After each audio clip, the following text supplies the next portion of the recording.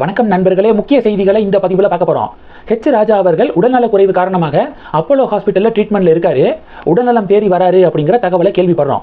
பாஜக தொண்டர்கள் அவர் உடல் நலம் பெறணும் அப்படின்னு சொல்லிட்டு இறைவனை பிரார்த்திக்கிறோம் அப்படின்னு பதிவுகள் போட்டுக்கிருக்காங்க. திமுகவுடைய சப்போர்ட்டர் சில பேர் ராஜா அவர்களுக்கு உடல்நலக் குறைவு ஏற்பட்டிருக்குல்ல, இதை கிண்டல் செய்யக்கூடிய துணியில் சமூக வலைதளத்தில் சில பேர் போஸ்ட் போடுறாங்க அப்படின்னு பாஜக கடும் கண்டனத்தை பதிவு செஞ்சுக்கிருக்காங்க. உதாரணத்துக்கு யூடியூப் ரூட்டர்ஸ் அப்படின்னு சொல்லிட்டு ஒரு பேஜ் இருக்குல்ல, நக்கல் செய்யக்கூடிய துணியில் அவங்க தொடர்ந்து பதிவுகள் போட்டுக்கிருக்காங்க. YouTube routers. அடுத்து சூர்யா சேவியர் அப்படின்னு சொல்லிட்டு ஒரு நபர், இவருக்கு தமிழ்நாடு கவர்மெண்ட்டு விருதெல்லாம் வழங்கியிருக்கு. ஆனால் அவர் மிகப்பெரிய வன்மத்தோட ஒரு பெரிய அறிக்கை வெளியிட்டிருக்காரு. ராஜா அவர்களுடைய மூதாதையர்கள் வெளி மாநிலத்திலிருந்து இங்கே வந்தாங்க. எதுக்காக இங்கே வந்தாங்க அப்படின்னா, பீகாரில் வாழ நாதியற்று போய் சரி தமிழ்நாட்டில் இருக்கக்கூடிய கோவிலில் உண்டை கட்டியாவது வாங்கி உண்டு பிழைத்து கொள்ளலாம் அப்படின்னு சொல்லிட்டு தான் இங்கே வந்தாங்க. பிறகு மன்னர்கள்ட்ட இருந்து சிறு நிலங்களை பிச்சையாக பெற்றனர் அப்படின்னு சொல்லிட்டு இப்படியெல்லாம் எழுதிக்கிருக்காருங்க சூர்யா சேவியர் அப்படிங்கிறவர். அதான் பாஜக சொல்கிறாங்க, இது மாதிரியான நபர்களுக்கு எப்படி தமிழக அரசாங்கம் விருது கொடுத்தாங்க?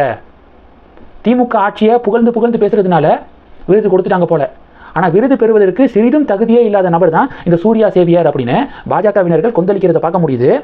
அது மட்டும் இல்லாமல் அவர் சொல்கிறாரு, சூர்யா சேவியர் ராஜாவுடைய பிஏவை எனக்கு நல்லா தெரியும். ராஜாவுடைய உடல்நலம் குறித்து விசாரித்தேன். உடனே ராஜாவுடைய பிஏ சொன்னாராம், மேலே உள்ளவன் தான் காப்பாற்றணும் அப்படின்னு சொன்னாராம். உடனே இவர் சொன்னாராம், டாக்டரை நம்புங்க அப்படின்னு சொல்லிட்டு ஃபோனை கட் பண்ணாராம் இவர். இப்படி ஒரு பதிவு. அடுத்து சுபத்ரா தேவி அப்படின்னு காங்கிரஸை சேர்ந்தவங்க, அவங்க சாமி கும்பிட்டுட்டு பூஜை ரூமில் விரதத்தில் உட்காராம விஞ்ஞான ரீதியாக அறிவியல் ரீதியாக மருத்துவமனைக்கு வந்த ராஜா அவர்களுடைய பகுத்தறிவுக்கு வாழ்த்துக்கள் அப்படின்னு சொல்லிட்டு இப்படி ஒரு பதிவு. ப்ரோ டிஎம்கே பேஜஸ் எல்லாம் என்ன பதிவு போட்டிருக்காங்க, ஹாஸ்பிட்டலுக்கு தான் போயிருக்காரு ராஜா, முடியலை அப்படின்னு வந்தோன்னே ஹாஸ்பிட்டலுக்கு தான் போயிருக்காரு, இதுதான் அறிவியல், ஆன்மீகத்தை நம்பி போல அப்படின்னு சொல்லிட்டு ஒரு சேர பதிவுகள் போடுறாங்க. எந்த பாஜக தலைவராவது முடியலைன்னா ஹாஸ்பிட்டலுக்கு போகாதீங்க, ஆன்மீக தளத்துக்கு போங்க அப்படின்னு எந்த பாஜக தலைவரும் சொன்னது கிடையாது. இப்போ எதுக்காக மோடி எய்ம்ஸை கட்டிக்கிருக்காரு? காங்கிரஸ் ஆட்சியில் இருக்கும்போது ஒரே ஒரு எய்ம்ஸ் இருந்துச்சு. மோடி ஒவ்வொரு மாநிலத்துக்கும் ஒரு எய்ம்ஸை கொண்டு வராரு. எதுக்காக? அறிவியல் ஆன்மீகம் ரெண்டுக்குமே முக்கியத்துவம் கொடுக்கக்கூடிய ஒரு பிரைம் மினிஸ்டராக மோடி இருக்காரு. முடியலைன்னா ஹாஸ்பிட்டலுக்கு போகாதீங்க அப்படின்னு ஒரு பாஜக தலைவர் காட்டினதுங்க சொல்லுங்க. அப்போது நீங்கள் ராமாயணத்தை மேற்கோள் காட்டுறாங்க பாஜகவினர். ராமாயணத்தில் போர்க்களத்தில் லட்சுமணன் மூர்ச்சையாகி கிடக்கிறாரு, பேச்சு மூச்சு இல்லாமல் கிடக்கிறாரு. உடனே சஞ்சீவி மூலிகை வேணும், அது இருந்தால் லட்சுமணனை காப்பாற்றலாம் அப்படின்னு சொல்லிட்டு அந்த இடத்துல மருத்துவம் தான் பேசுது.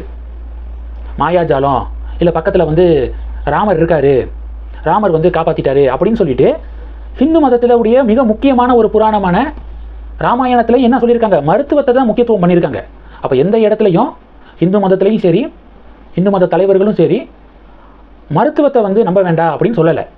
அப்போது ஹாஸ்பிட்டலுக்கு போய் ட்ரீட்மெண்ட் பண்ணுறது முக்கியம். ட்ரீட்மெண்ட் பண்ணும்போது கடவுளை வேண்டுறாங்க, கடவுளுடைய துணை வேணும், விரைவாக மீண்டு வரணும், எல்லாருடைய சக்திக்கு மேலேயும் ஒரு பெரிய சக்தி இருக்குது, அதுதான் நாங்கள் வணங்கக்கூடிய தெய்வம் அப்படின்னு மக்களுடைய நம்பிக்கை. இதை இப்படி கொச்சைப்படுத்துறது, ராஜாவுக்கு முடியலன்னொன்னே பூஜை ரூமில் உட்காந்துக்கிட்டு விரதம் இருக்காமல் விஞ்ஞானத்தை நம்பி ஹாஸ்பிட்டலுக்கு போயிருக்காரு, அவருடைய பகுத்தறிவுக்கு வாழ்த்துக்கள் அப்படின்னு சொல்லிட்டு இப்படி எல்லாமா போஸ்ட் போடுறது இந்த காலகட்டத்தில் அப்படின்னு பாஜகவினர்கள் கொந்தளிப்பை வெளிப்படுத்துகிறாங்க. இவ்வளவு பகுத்தறிவு பேசக்கூடிய திராவிடியன் ஸ்டாக்ஸு கருணாநிதி அவர்களுடைய சமாதியில் முரசொலி பேப்பர், தயிர் வடை இதெல்லாம் வைத்தது எதுக்காக அப்படின்னு சொல்லிட்டு ஒரு பதில் கேள்வி எழுப்புறாங்க. ஆக மொத்தம் இந்த விவகாரம் பெரிய பேசுபொருளாக மாறி இருக்கு. இந்த சூர்யா சேவியர் போன்ற நபர்கள் மீது கடுமையான ஆக்ஷன் எடுக்கணும் முதல்வர் அப்படின்னு சொல்லிட்டு கோரிக்கைகளை முன்வைக்கிறாங்க. இது ஒன்று. ரெண்டாவது என்ன பார்க்க போகிறோன்னா, உயர்நீதிமன்ற மதுரை கிளை ஒரு அதிரடியான உத்தரவை பிறப்பிச்சிருக்காங்க. மதுரை அழகர் கோவிலின் 40 கோடி ரூபாய் நிதியில் வளர்ச்சி திட்ட பணிகளுக்கு ஒப்புதல் வழங்கிய தமிழக அரசாங்கத்துடைய அரசாணையை உயர்நீதிமன்ற மதுரை கிளை ரத்து பண்ணியிருக்காங்க. மறுபடியும் சொல்கிறேன், மதுரை அழகர் கோவில் இருக்குல்ல, அந்த கோவிலுக்கு சொந்தமான 40 கோடி ரூபாய் நிதியில் வளர்ச்சி திட்ட பணிகளுக்கு ஒப்புதல் வழங்கிய தமிழக அரசின் அரசாணையை கோர்ட்டு ரத்து பண்ணியிருக்காங்க. கோவிலை அரசு தனிப்பட்ட சொத்தாக கருதி முடிவெடுக்க முடியாது அப்படின்னும் அதிரடியான தீர்ப்பு கொடுத்துருக்காங்க. சமீபத்தில் வந்த தீர்ப்பு இது. 2, கோவில் நிதி, பக்தர்கள் கோவில் உண்டியலில் போடக்கூடிய பணம் எதுக்காக போடுறாங்க? சாமிக்கு எந்த வழியிலையாவது போய் சேரும் அப்படிங்கிற நம்பிக்கையின் அடிப்படையில் தான் போடுறாங்க. அப்போ கோவில் பணத்தை எடுத்து கோவிலுடைய முன்னேற்றத்துக்காக நீங்கள் செலவு பண்ணணும், பக்தர்களுக்கு ஃபெசிலிட்டியை ஏற்படுத்துறதுக்கு இப்படி அதை ஸ்பெண்ட் பண்ணணும். காலேஜ் கட்டுறதுக்கு தமிழக அரசாங்கத்துக்கிட்ட வேறு நிதி இல்லையா அப்படிங்கிற ஒரு டிபேட் வந்துச்சு. கிட்டத்தட்ட அது மாதிரியான ஒரு டிபேட் தான் இது. கோர்ட்டு ஸ்ட்ரிக்டாக நோ சொல்லிட்டாங்க, அரசாணையும் ரத்து பண்ணிட்டாங்க. இது 2. 3வது, பாகிஸ்தானுடைய பிரைம் மினிஸ்டர் ஷெபாஸ் ஷெரீப் இருக்கார்ல, அவர் புலம்பி தள்ளியிருக்காரு மனுஷன். முப்படையுடைய தளபதி அசீம் முனீரோட உலகம் முழுவதும் சென்று யாசகம் கேட்டு வருவதாக பாகிஸ்தான் பிரைம் மினிஸ்டர் புலம்பியிருக்காரு. யாசகம்னா என்ன? பிச்சை. அசீம் முனீரோட உலகம் ஃபுல்லாக போய் பிச்சை எடுத்துக்கிருக்கோம், நாட்டை நிர்வகிக்க தொடர்ந்து கடன் வாங்க வேண்டியுள்ளதை நினைத்து அவமானத்தால் வெட்கி தலை குனிவதாக கவலை தெரிவிச்சிருக்காரு. இவ்வளவு மோசமான நிலைமையில் இருக்குல்ல. ஆனால் அமெரிக்காவுக்கு ஜால்ரா போட என்ன பண்ணியிருக்காங்க? போர்ட் ஆஃப் பீஸில் 9,000 கோடி ரூபாய் கட்டி சேர்ந்துருக்காங்க. குடிக்கவே தண்ணி இல்லை, குப்புளிக்க பன்னீரா அப்படின்னு நம்ம கேட்போம்ல நம்ம ஊரில், அது மாதிரியான ஒரு விஷயம் பண்ணாங்க பாகிஸ்தான். இப்போ என்ன புலம்புறாங்க பாருங்க. உலகம் ஃபுல்லாக அசீம் முனீரோட சேர்ந்து பிச்சை எடுத்துக்கிருக்கேன், நாட்டை நிர்வகிக்க கடன் தொல்லையாக இருக்குது அப்படின்னு சொல்லிட்டு புலம்பிருக்காரு.